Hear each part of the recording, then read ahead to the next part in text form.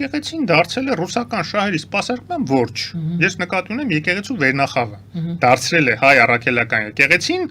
ռուսական վերահսկողության գործիք։ Պատահական չի, որ կաթողիկոսի դեմ երբ որ շարժում եղավ հեղափոխությունից հետո, հա, նոր Հայաստան, նոր կաթողիկոս շարժումը հիշում եք։ Ցավոք սրտի այն ժամանակվա իշխանությունը եւ Նիկոլ Փաշինյանը չաջակցեց որևէ կերպ այդ շարժմանը, համարելով որ դա եկեղեցու ներքին գործն է, մեկ եւ երկրորդը նաեւ կար ճնշում Ռուսաստանից, էլի, տեսեք, որտեղից է բացահայտումները գալիս։ Այդ ստույգ ինֆորմացիա, այդ արդեն ինսայդերական ինֆորմացիա եմ ձեզ ասում, եւ դրա մասին մի անգամ չէ որ բարձրաձայնել եմ, որ երբ որ այդ շարժումը սկսվեց եւ Ռուսաստանում տպավորություն կար, որ իշխանությունները ինչ որ ձեւ միջամտում օգնում են այդ շարժմանը, որ փոխեն կաթողիկոսին, ինչ շատ լավ կանային, պետք է մաքրել այդ ախորները եւս եւ հայ առաքելական եկեղեցին վերադարձնել հայ ժողովրդին։ Հիմա ինքը պատկանում է ռուս Կրեմլին, ռուսական կայսերական շահերին։ Չարեցին եւ այն ժամանակ հա ինչ է ասում, Պուտինը զանգում է Նիկոլ Փաշինյանին եւ ասում է այն Խաչատուրովին բռնեցիք, ձեն չհանեցինք, ասեցինք լավ դե հիմա իրանց ներքին գործնա, չնայած հապկի քարտուղար էր։ Բայց ասում է գոնե էս ծերունուն բան արեք, հանգիստ թողեք, ասում Աստավցիվ պակոյ этого старика։ Նիկոլ Փաշինյանը հասկանում է ինչի մասն է խոսքը, որ կարող է ճնշումներ նաեւ լինեն, եթե այտենց արդեն այտենց անմիջականորեն եւ ուղիղ բան է խնդրում, եւ ընդհանրապես ոչ միայն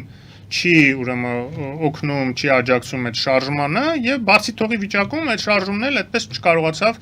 հանել կաթողիկոսին, որտեղ առանց իշխանության այդ մեխանիզմները չէր կարող գործադրել որևէ մեխանիզմ, այդքան հեշտ չի էլի կաթողիկոսին հանել իշխանությունները, բոլոր պետական իշխանությունները, որտեղ գոյություն ունեն հայրենասեր, պետականամետ գործիչներ, հասկանում են այդ վտանգը։ Ասենք ինչ նշանակում չհասկանալ, չտեսնել, թե ոնց են սինխրոն աշխատում եկեղեցու վերնախավը ռուսական գործակալական ցանցերի 5-րդ Շարասյան հետ միասին։ Ինչ նշանակում չհասկանալ, որ եկեղեցին ախտահարված է եղել սովետական շրջանի ամբողջ այդ Ստալինից հետո, երբ որ վերականգնեց եկեղեցիները, գիտեք, խորհրդայնությունը երբ որ եկավ, ընդհանրապես կրոնի դեմ պայքար էր։ Եկեղեցիները քանդում էին, կրոնավորներին բռնում էին, գնդակահարում էին, հալածում էին, որպեսզի ոչ մի եկեղեցի չլինի գործող, հա կարող են կառույցներ մի քանի պահպանվեցին, բայց ընդհանուր առմամբ եկեղեցի որպես հաստատություն պետքա չլիներ։ Ստալինը պատերազմի ժամանակ որոշեց, որ չէ, ոնց որ թե մեզ համախմբման համար պետք է նաև հավատացյալներին մեզանով անել, որ նաև 5-րդ շարասյուն չդառնան թշնամու համար հավատացյալները, եւ որոշեց վերականգնել բոլոր եկեղեցիները եւ ոչ միայն կրոնները, եկեղեցիները, այլ նաև ոչ միայն քրիստոնեական, այլ նաև մահմեդական։ Բայց որն էր պայմանը, ընդամենը կար մեկ պայման եւ իդեպ դրա մասին նաեւ խոսում են այսօրվա այն եկեղեցականները, որոնք հայրենասեր են, կրոնավորները, նախկին կրոնավորները, նախկին եկեղեցական պաշտոնյաները, հա, որոնք այսօր հարցազրույցներ են տալիս եւ այդ բացահայտումները անում են, բայց դա բոլորիս པարզ էր։ Մենք գիտենք, այդ պատմությունը բացահայտ է եղել է, արխիվները բաղուց բացվել են։ Ստալինը երբ որ այդ հրահանգը տվեց, որ բացել այդ բոլոր կրոնական բաները, մի պայման կար, որ ձեր բոլոր վերնախավերը պետք է ենթարկվեն NKVD-ին, հետո դառավ KGB։ Ենթարկվեն, որ պետք է օգնեք, որ բոլոր մեր ագենտները ներդրվեն։ Նույնիսկ բառացի էս վերջի եկեղեցականների մեր հարցազրույցներից, դա նոր եմ իմանում, որ բառացի հանրականը եղել, որ ձեր եկեղեցականները որ գնան դուրս գան, պետքա ծրարներ հետները տանեն, մեր գործակալներին այնտեղ փոխանցեն, ձեզ կասեն, ում փոխանցեք, ում բա։ Այսինքն նաև կուրիեր են դարձել մեր տերտերները այդ ռուսական ագենտուրան դրսում աշխատացնելու համար։ Այն էլ Հայաստանի պես Գանձ է իրանց համար ուղղակի եղել հայ եկեղեցին, որտեղ լայն ցանց է ունեցել արտասահմանում կապերի եւ այդ գնալ գալը շատ ավելի ակտիվ է եղել, քան օրինակ, չգիտեմ, Թաթարստանում ծվարած ինչ որ մի հատ մսկիթի հոգեվորական։ Եվ իրենք լավ էլ աշխատացրել են, լավ են օգտագործել են նաև ոչ միայն եկեղեցին, նաև Սփյուռքում գործող հայկական կառույցները, որպես հեշտ ագենտուրա հավաքագրելու ձև եւ այլն։ Դրա մասին Կալուգինը, Բարսաշչյան կգբեշնիկ, որը փախավ Ամերիկա, սկսեց բաց-բաց խոսել, գիրք կա դրա մասին։ Այդ ամեն ինչը գիտենք, ինչ նշանակում թույլ են տվել։ Ռուսաստանը շահագրգռված չի, որ իր գործակալները, իր ազդեցության գործակալները, իր շահերը սպասարկողները բացահայտվեն։ Ինքը գործուղում է, որ դրանք Հայաստանի պետականությունը քանդեն, ոչ թե որ բացահայտվեն։ Հայաստանից են այդ ինստիտուտները, հիմա դուք անդադ ասում եք Փաշինյան, կարծես թե Փաշինյանն է Հայաստանի Հանրապետությունը։ Ոչ, Փաշինյանը վարչապետն է, հա, մեծ ազդեցություն ունի, հեղինակություն ունի իր իշխողուժի մեջ, բայց այնտեղ կան ինստիտուտներ գործող։ Կա անվտանգության ծառայություններ, քննչական մարմիններ, այնտեղ աշխատում են հայրենասեր մարդիկ, ինչի եք մտածում, որ այն հարցն ուղում ձեզ, որը քննարկվում է մարդկանց մոտ, այս հարցերը, որոնք ես ձեզ ուղում եմ, ես արդեն բազմիցս ասել եմ, այդ հարցերը ես այսպես հավաքում եմ եւ հիմա ասում եմ գլոբալ շրջանակը, որի շրջանակներում այդ ձեռքբերությունները լինում են, գլոբալ շրջանակը Հայաստանի ինքնիշխանությունը պաշտպանելն է, թույլ չտալը, որ ստեղել Իվանիշվիլիի պես մեկը ծնվի ռուսական սպասարկու, որ գա պետականության վրա քար գցի գլխին։ Այն ինչ որ Մոլդովայում հաջողվեց կանխել նաև շատ ուժերի արգելելով եւ որևէ մեկ արտասահմանից Եվրոպայից, որոնք որ չափորոշիչ են նաև սահմանում ինչն է ժողովրդավարությունը, ինչը ոչ, չասեց, որ սա հակաժողովրդավարական քայլեր են, որովհետեւ ցանկացած պետություն իրավունք ունի պաշտպանելու իր ինքնիշխանությունը օտար երկրյա ներխուժումներից, այդ թվում քաղաքական։ Հիմա այդ գլոբալ շրջանակից անցնենք կոնկրետ դեպքերի։ Կներեք, եթե բացահայտվում է, որ Հայաստանի Հանրապետության օրենք է խախտել ինչ որ մեկ, ընդ որում ազատության հավաքների ազատության մասին, ազատ ընտրելու մասին օրենք է խախտել։ Պարտադրել է ինչ որ մեկին իր պաշտոնական դիրքը չարաշահելով, պարտադրել է, որ ինչ որ մեկը մասնակցի քաղաքական ինչ որ միջոցառումների հավաքի։ Դա Հայաստանի օրենքով հետապնդվող արարք է։ Ինչ պետք է անի ուրեմն իրավապահ մարմինները։ Պետք է ասեն, չէ, դե որ ինքը տերտեր է, իրեն ամեն ինչ կարելի է, բարև ձեզ։ Ամեն ինչ կարելի է, ուրեմն թող գան մի հատ ամեն օր ձեր գլխին մի հատ չագուճով խփեն, ասեն ես տերտեր եմ, դրա իրավունք ունեմ, քանի որ ինձ ոչ մեկ չպետք է կպնի, այ քեզ բան։ Օրենք է խախտել, պետք է գնեն նստի, եթե դրան է հասնում, որ նստելու օրենք է խախտել, այսինքն քրեական հետապնդման ենթակա օրենք է, որտեվ այդ մարդիկ մաս են կազմել նույն են քրեա օլիգարխիայի, որը որ 20 տարի սովոր է եղել, որ այդպես պետք է լինի, որ իրանք պետք է մեզ ճտասնեն, զանգեն, ասեն դպրոցներով,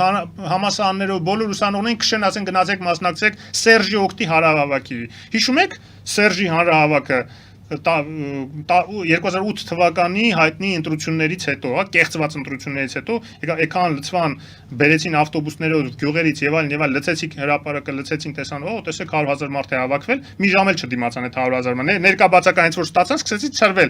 Հերիք չցրվեցին, շատերը գնացին Լևոն Տեր-Պետրոսյանի հանրահավաքին եւ դրա համար ամենամարդաշատ հանրահավաքը դարձավ այդ ժամանակվա Լևոն Տեր-Պետրոսյանի հետընտրական հանրահավաքը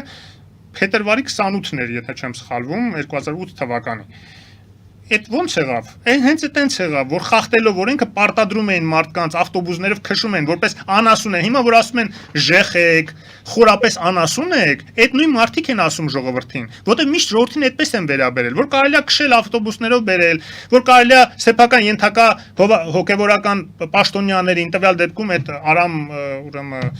եպիսկոպոսը, չգիտեմ ինչ պաշտոնյա, ասել որ կգնաս կմասնակցես եւ մենակ յուրեն չեն ասել, ինքն է անկեղծ ասում, բայց շատերին են ասել, կգնաս կմասնակցես Նիկոլի դեմ հանրահավաքին։ Իրենք սովոր են, որպես ոչխար վերաբերել մարդկանց, հանձնարարել, պարտադրել սեփական կամքի դեմ մարդկանց քայլել, բայց դա օրենքի խախտում է, կներեք, քրեա օլիգարխիայից մաքրվեցինք, եկեղեցի ներսում քրեա օլիգարխիայից չմաքրվեցինք, հեղափոխություն չեղավ եկեղեցուն, որը պետք է անել։ Այդ Նիկոլ Փաշինյանի պատասխանատվությունն է, որ չարեց, որ լսեց այն ժամանակ Պուտինին, որ աստարցիվ պակոյ էտվս տարիկա, իմանալով այդ տարիկը ում բաներն է սպասարկում, շահերն է սպասարկում Հայաստանում։ Ու այդ նույն Գարեգինն է, որ մի հատ զանգեր չղողանջեց, երբ որ Հայաստանի դեմ եւ Արցախի դեմ պատերազմ էր, բայց ամեն տերտերի մի հատ կպնում են, ինչ հատ է ռազմական հեղաշրջման կոչ արել, բռնում են, զանգեր ղողանջեք։ Այդ ոնց եղավ, որ Հայաստանի եկեղեցու զանգերը պետք է ղողանջեն ոչ թե հաջողորդի համար, ոչ թե մեր խնդիրները լուծելու համար, ոչ թե մեզ ժողովրդին ազգին կոնսոլիդացնելու համար թշնամիների դեմ, որ թշնամին հարձակվում է, այլ երբ որ ներքին թշնամիներին մեր պետությունը ուզում է մեկուսացնի, այդ ժամանակ են մենակ, որովհետև դուք բռնազավթել եք եկեղեցին, այդ զանգերը բռնազավթել եք, ձեր ձեռից պետքա խլել եկեղեցին էլ, զանգերն էլ եւ վերադարձնել ժողովրդին, այն ինչ որ Նիկոլ Փաշինյանը չարեց ժամանակին, հիմա նոր պետք է անել ուրեմն։ Ինչպես եք տեսնում զարգացումը, ինչ եք պատկերացնում։ Բոլորին պետքա մաքրել, այդ այնց ցանցերով իմանալ հերթով ով ինչ այդպեսի։ Սա լյուստրացիա է։ Հակաօրինական, այո, լյուստրացիայի տեսակներից մեկն է։ Այն ինչ որ պաշտոնապես չարեցին, գոնե այսպես ներքին կարգով թողանեն։ Հաթաթ տեսնեն ով ինչ հակաօրինական գործողություններ է արել, այդ թվում տնտեսական, ֆինանսական, ինչ ջեբկիրություն են արել, ինչ բարեգործություններ են յուրացրել, դա էլ մի ուրիշ հարցազրույցից, էլի նախկին եկեղեցականի, որ ասում է այդ բարեգործությունները, որ արտասահմանից գալիս է, 90%-ը չի ծառայում նպատակին, յուրացնում են ուղակի, բայց կալոդներով փողերը ինչ գործ ունեն եկեղեցուն, որ գնացին, ուրեմն զննություն արեցին, ու այդքան փողեր բացահայտվեց։ Բոլոր դրանց պետքա կողել ծակերը, բանտերը, որտեղ դրանք հանցագործներ են։ ուրեմն սքեմ